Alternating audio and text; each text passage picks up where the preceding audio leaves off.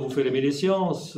Vous avez vu précédemment une vidéo consacrée à la pile, comment elle fonctionne, et Christophe Barbieux, ici présent, nous a bien documenté à ce sujet. Maintenant, il vous propose de revenir sur le sujet, mais de vous proposer une pile que vous pourriez faire chez vous, facilement, et ainsi expérimenter vous-même le fonctionnement d'une pile. Voilà. Voilà, bonjour. Alors, bonjour Bernard, bonjour à tout le monde. Je vous remontre que tout fonctionne. On leur invente une couillonnade. Je pense que c'est raisonnable. La pile, ça fait maintenant 3 semaines qu'elle fonctionne. Oui, 3 semaines, c'est des piles géniales quand même. Oui, c'est terrible. Mais il y a quand même un problème. Oui, c'est quand même le volume. C'est quand même un peu volumineux et oui. je vais vous montrer pourquoi. Oui. Tout ça pour ça. Oui. Vous allez comprendre. Tout ça pour ça, oui. Parce que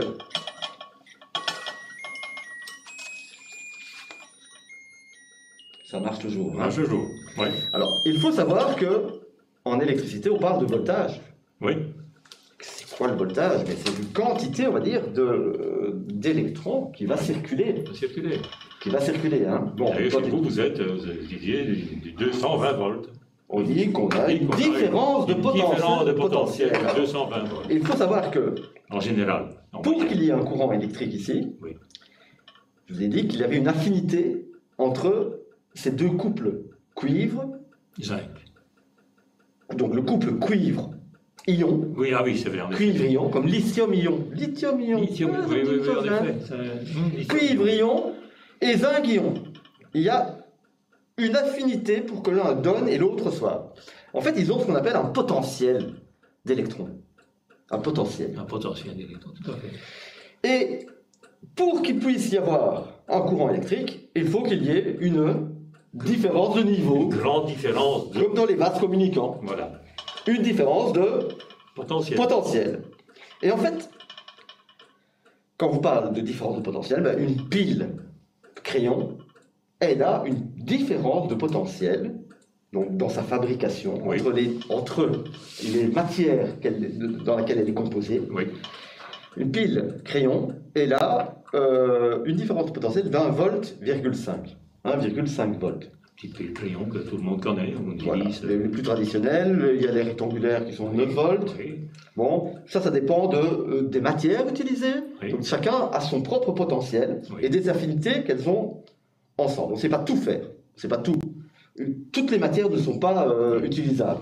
Mais bon, ici avec le cuivre, le zinc, et on peut savoir que le zinc a un potentiel électrique, un potentiel électron, le cuivre un autre, et qu'entre les deux, et ça on regarde ça dans les tables, oui. ça existe dans des bouquins, vous allez voir.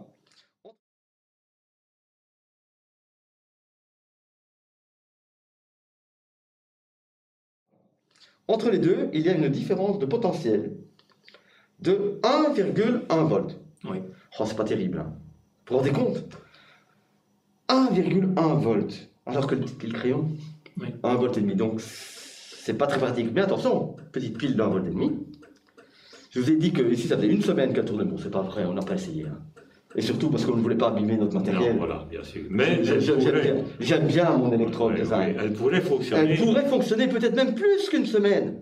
Ça dépend de ce qu'on appelle la concentration. Oui, des solutions. Des solutions, donc le nombre d'ions. Oui. Cuivre. Plus il y a évidemment une concentration, plus le fonctionnement de la pile sera long. Et aussi de la quantité de matière, dans ce cas-ci, du zinc. Donc, l'avantage de celle-ci, c'est qu'on pourrait très bien avoir une énorme qui durerait très longtemps. Très longtemps. Mais c'est pas pratique. Se balader avec une lampe de poche. C'est pas pratique. C'est pas pratique. Donc, l'idéal, c'est d'avoir des petites piles. Mais celle-ci, si vous allez voir dans les tables, on verra que le zinc et le cuivre ont entre eux deux une différence de potentiel de 1,1 volt. Alors on va le vérifier. J'ai ici un multimètre qui nous permet de notamment mesurer plusieurs notions, plusieurs grandeurs électriques, dont la résistance, la différence de potentiel, l'intensité, Bon, j'ai encore vu le prix ça hier. Avant, ça coûtait une fortune. Oui. J'ai vu le même appareil à 3 euros. Oui, hier. Donc peu de choses à tout le monde peut acheter ça. Vous pourriez l'acheter et faire l'expérience vous-même. Vous savez, les magasins, dans le magasin où il y a un grand A en bleu, là, bon, c'est à 2,95 €, ça. Hein. Bon. Eh bien, je vais vous montrer combien de différences de potentiel il y a entre les deux électrodes. Alors, je vais passer ici devant.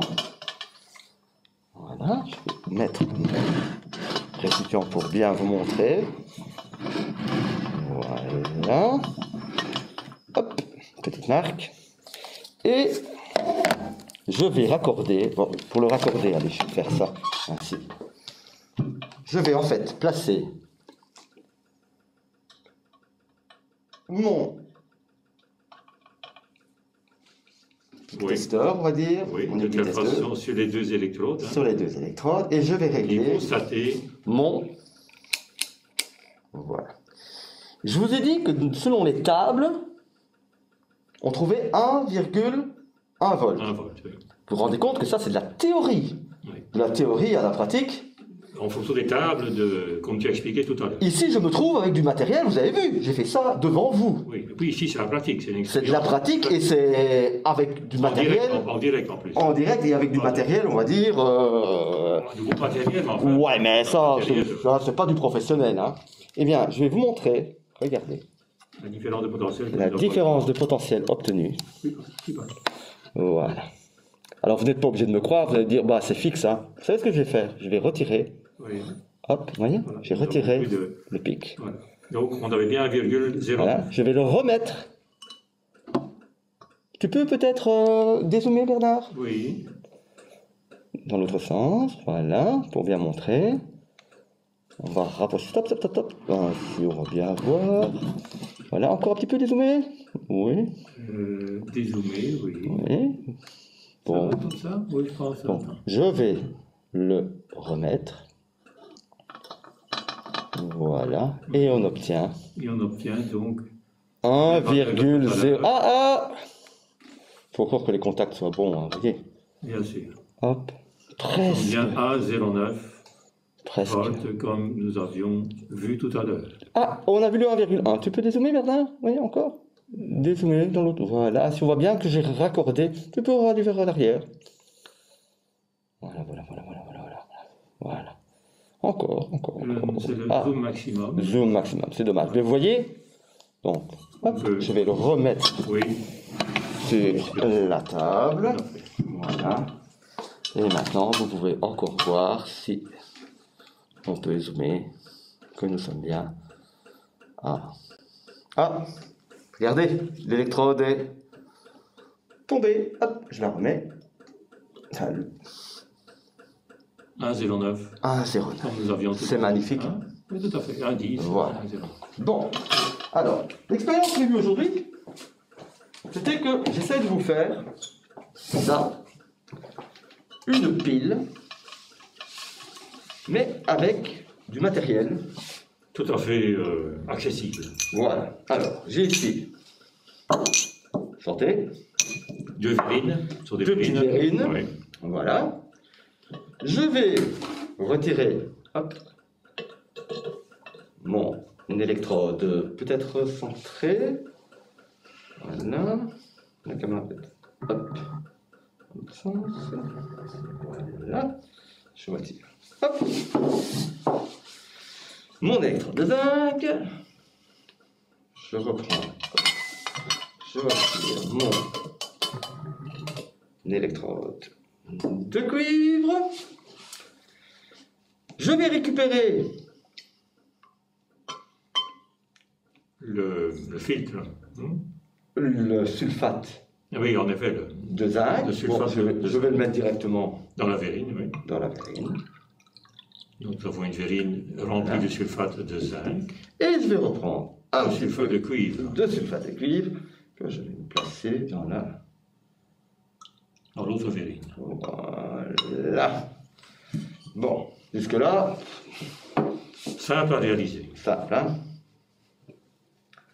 Alors, comment trouve-t-on du sulfate de zinc? Sulfate de cuivre. Du sulfate de cuivre. Oui, parce que ça, évidemment, il vous faut des produits. soit on l'achète dans des magasins.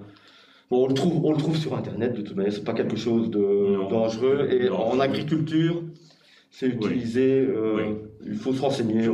Mais bon, il faut vérifier bien sûr sur l'étiquette. Il faut se documenter et vérifier. Ce n'est pas un produit très dangereux, ni corrosif. Hein. Voilà. Ici, j'ai récupéré un petit morceau de zinc d'une toiture. Oui. Bêtement. Et je l'ai accroché avec un morceau de plastique pour pouvoir la plonger dans ma solution de sulfate de zinc. Oui. Et ici, j'ai pris un bout de fil électrique, hop, vous voyez, cuivré. Je l'ai dénudé. Oui. Et j'ai fait la même chose. J'ai fait une petite crolle, pour pouvoir y mettre. Mais la carte musicale. En fait, tout simplement un fil électrique. Voilà, c'est un câble électrique, clac, pour pouvoir accrocher. Et de l'autre côté, pour pouvoir l'accrocher. Le problème, c'est que, dans ce cas-ci, c'est très bien. Je vais mettre ma petite carte musicale. Oui. Si elle veut bien, on va lui trouver sa position. Oui. Ça a une importance. La stabilité du montage. Oui, c'est pour la stabilité du montage. Voilà. Nous avons les deux électrodes reliées maintenant à la carte musicale. Voilà, les deux électrodes. Alors vous voyez qu'il n'y a rien qui se passe. Qu'est-ce qui manque? Ben oui. Il faut que mes deux solutions soient en contact. En relation. Sans se mélanger. Aïe. Eh bien, il y a un petit truc. Et là, bon, je vais vous dire, ça va être de l'apprenti sorcier. Normalement, ça doit fonctionner. Ce sont les aléas. Oui, une expérience que l'on réalise en direct. J'ai fabriqué ce qu'on appelle un pont pour relier les deux substances, les deux solutions. On appelle un pont électrolytique. Et on appelle ça un pont électrolytique. Pourquoi? Parce qu'il va devoir rééquilibrer, comme je vous ai expliqué à l'expérience précédente, les différentes solutions. Donc l'une a défaut d'ion négatif, et l'autre a défaut, a surplus d'ion négatif. Donc à défaut de positif ou à surplus de négatif, bien qu'il en soit, il faut qu'il y ait du négatif qui passe d'un côté et du positif qui aille de l'autre pour que ce soit rééquilibré. Le problème, c'est que il fallait trouver le moyen de le faire. Alors, pour ça, vous savez, les états de la matière, il y a du liquide, du solide, du gaz. Dans un solide, les ions ne passent pas. Donc, si j'avais fait un pont comme ça, en bourrant d'une substance solide qui aurait pu me donner des ions positifs et négatifs, ça ne va pas. Ça n'aurait pas fonctionné. Du liquide, vous comprenez bien que le liquide, ça marche. Donc entre les deux, il y a ce qu'on appelle un gel. C'est une phase il est ni liquide ni solide, très difficile à avoir, on va dire, pour avoir un bon gel. Mais pour l'expérience ici, vous serez indulgent. Donc j'ai utilisé une poudre alimentaire qu'on trouve dans les restaurants chinois, utilisent beaucoup ça. Pour faire, vous savez, la soupe au nid de rondelle ou l'épaisseur de la soupe, elle n'est pas totalement liquide. Hein. Elle est un petit peu gélifiée. Gluante. Gluante. Ils utilisent cette substance qu'on appelle de l'agar-agar. On utilise ça aussi pour faire des pâtisseries. On doit utiliser très très peu et ça, tout de suite, ça gélifie une solution. Donc même avec de l'eau, ça fonctionne. Hein. Et donc maintenant, j'ai vu une émission d'ailleurs hier sur la cuisine moléculaire. Où les cuisiniers utilisent ça pour faire de la confiture sans sucre, par exemple. Pour que ça ait l'air d'être du gel. Bon, bref. Et à ça, il faut rajouter une substance chimique qui s'appelle du nitrate de potassium. Ça, on a parfois du mal à en trouver, mais l'avantage, c'est qu'on en trouve normalement dans les caves. Donc si vous avez des caves ou des murs de briques, ou parfois il y a comme une pellicule blanche qui vient sur le vêtement. Sur le vêtement de la brique. Si vous grattez ça, vous allez obtenir une poudre blanche. Vous la mettez dans de l'eau, faites chauffer l'eau, vous la mélangez, et puis vous la filtrez, et vous allez avoir cette molécule chimique qui s'appelle du salpêtre. Oui, on appelle ça le salpêtre. De son nom, de formule chimique du nitrate de potassium. Et mélangé avec mon agar-agar, donc ma poudre gélifiante, j'ai pu faire un pont. Et normalement, ce pont devrait permettre le transfert. Alors, on va voir. Je vais tremper ce pont. Il va falloir seulement attendre un tout petit peu. Oui, que le transfert se fasse. Voilà.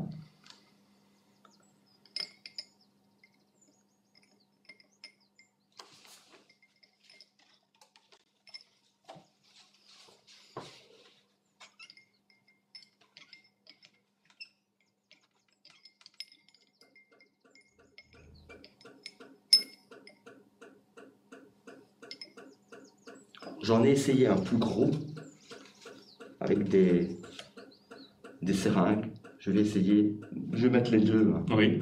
De toute manière, ça ne va pas corrompre pour ça. Non, c'est un plus grand pont. C'est un plus grand pont. Même principe d'ailleurs, hein. Même principe. De section plus importante. Alors.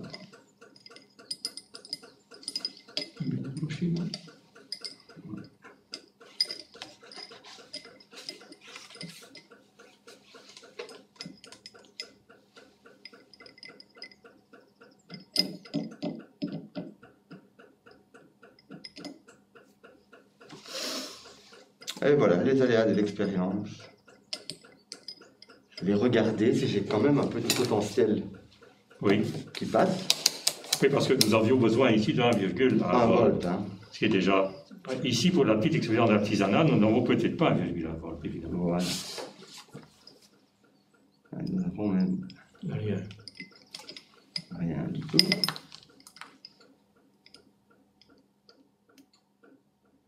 Alors, qu'à ça ne tienne, Bernard, c'est pas grave.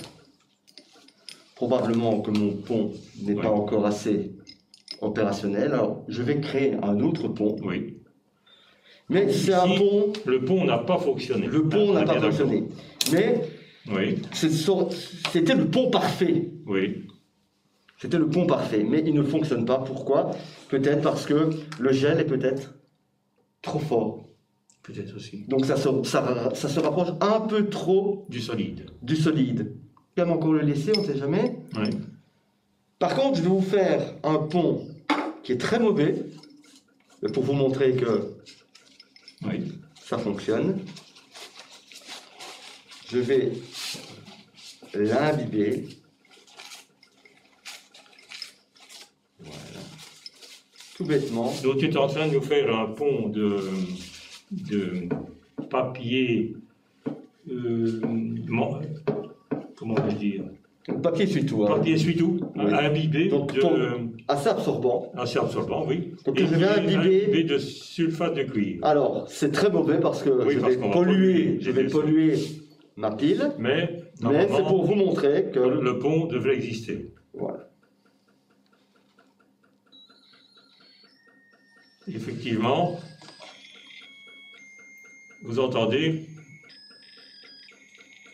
bien sûr plus faiblement.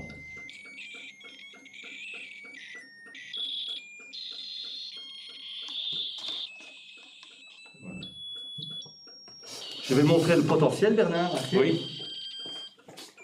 Il y a bien entendu du courant qui passe. Oui.